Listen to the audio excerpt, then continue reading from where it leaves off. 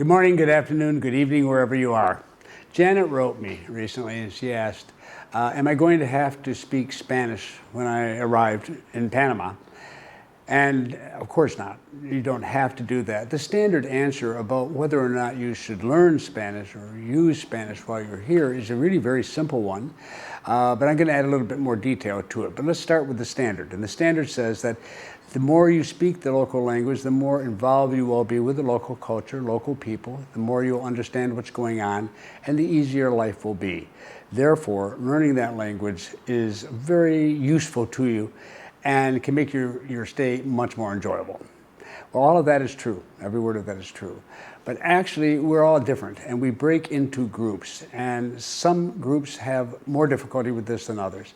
So let's run through them very quickly, the ones I have run into with the several thousand of you I've communicated with over the last decade or so. There's one group that, on principle, believes firmly that anyone who comes to their country, for example, to live there, should speak the local language. So naturally, one expects when they come here, they're going to feel the same way, and they're going to be learning Spanish because it is the language of Panama. Another group is very blessed. They have a talent for picking up languages very quickly. It has to do really with the structure of the brain. It's rather like one kid who swings the bat constantly and keeps missing the ball, and another who hits it right off the bat. Hand-eye coordination is the sort of thing that is determined in part by just the way the brain is structured, how it operates. It's the same with any number of other things, including language learning. I had a girlfriend in college, and she was amazing. In 2 weeks, and this is not an exaggeration, just using, in those days, a book and a small tape recorder, older people remember those, with little cassettes, she would speak a language better than I would after 2 years of study. And that, again, is not an exaggeration. She was a very unusual person.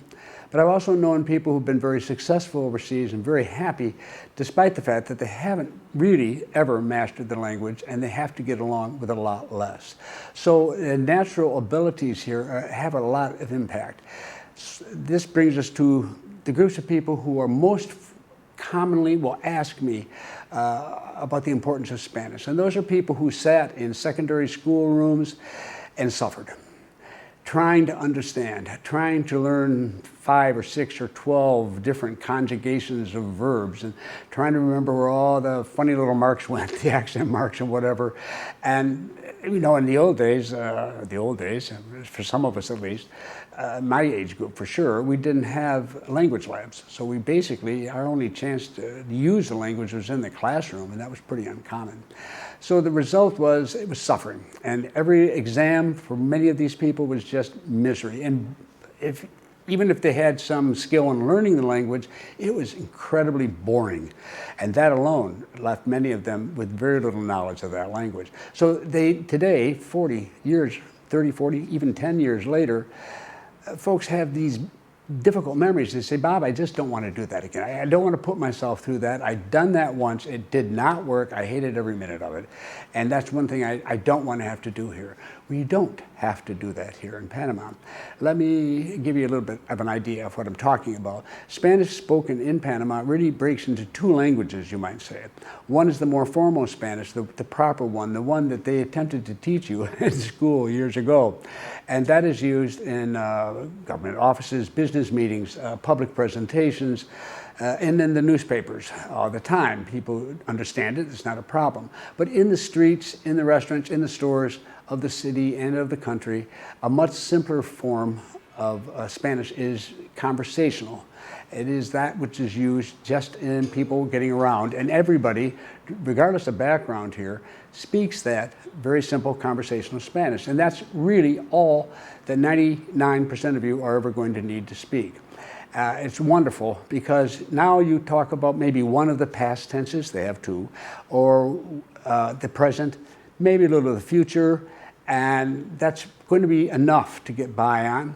And you don't have to learn 4 different ways to say sometimes, one will do. And there's several ways to say because, and yet one will do, and is used frequently. The vocabulary you need is actually fairly small, and you will only have a limited number of these verb conjugations to actually worry about in normal conversations that you're going to be holding with people. And so it's much simpler. Now, how do we go about learning it? There are a number of ways of doing that. I've noticed in many of the towns, rural areas, the smaller cities, and to some extent in Panama City, groups of expats will get together, typically with one person who offers to help them. Somebody who speaks Spanish fluently. It could be a Panamanian, it could be somebody else. And they practice it in a home in a very relaxed atmosphere. This is very common. A lot of folks do that. In other cases, a group get together and they hire somebody who's more professional, has a background in teaching, to sit with them every week for a few bucks each. And again, in a relaxed atmosphere where they focus on learning the actual language they're going to need when they go to the restaurant, when they go to the supermarket, when they go to the drugstore, et cetera, and so forth, or the government offices. That is one way of dealing with it.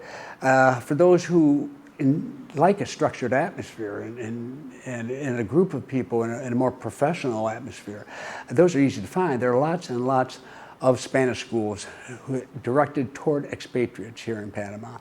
And although they will teach a little bit more formal variety of the language and the conversational, they'll add a little extra on. They're all attuned to making it possible for you to get on with your life here happily. And some of them will offer you the opportunity to live with a Panamanian family while you're studying, which will give you the opportunity to practice. So there are all sorts of ways of dealing with this. And if you're one of the few people who feel that you really want to learn the proper language of Spanish, the full language with all the tenses and everything else, no problem. There are schools that teach that, and they use the term business. So if they say business Spanish, that's what they're talking about. So if you're interested in that, you can find it. Probably one of the most commonly used techniques, though, is the one I used a lot when I was here in the beginning, and that is when I needed something, I had to go out to a store to find it. I would just pick up the dictionary, I'd go to Google or whatever, and I'd find the appropriate words and memorize them and go in to the store and use them. And that way, I expanded my vocabulary. An important thing to remember in Panama is that Panamanians have been working with people from nations all over the world as a result of the canal for a very long time. They're very, very, very familiar with people coming here who don't speak Spanish and only speak a little of it. They're very patient people. The great majority are very patient, and they'll work with you. And I can't tell you how many times I've been taken care of in a drugstore or a grocery store, especially in the first months I was here, through body language and anything else we could do. We got the message across, and they would help me find what I was looking for. It's wonderful to deal with people like that. It's not like some countries where they just turn and walk away from you if you don't speak their language. I've run into that in some places, but that is definitely not the case here. Plus, although many Panamanians are ashamed to speak in English because they're like you, they don't want to make mistakes and look bad, they nonetheless understand it. So there will be times when they don't seem to be speaking it, you figure they don't understand you when in fact they do understand enough. So it works out. It's not something to get really upset about. And above all, it is absolutely not a reason to not come to a country like Panama, especially Panama. It is not, whatever you had happen to you in the past that left this really awful memory with you, you will not repeat that here. And you do not need to repeat that here. Here, you're not just learning something for a curriculum. You're learning what you need to get by every day. And then a year later, you discover you know more than you ever thought you would. And you can get to that level where you're really enjoying your conversations, and you can do it at your own speed. I'm going to leave you with just one thing today that might be a help to you. There are many language learning programs out there. Rosetta is one that's commonly used by many people. They're all fine. If it works for you, it works for me. I mean, I don't mind.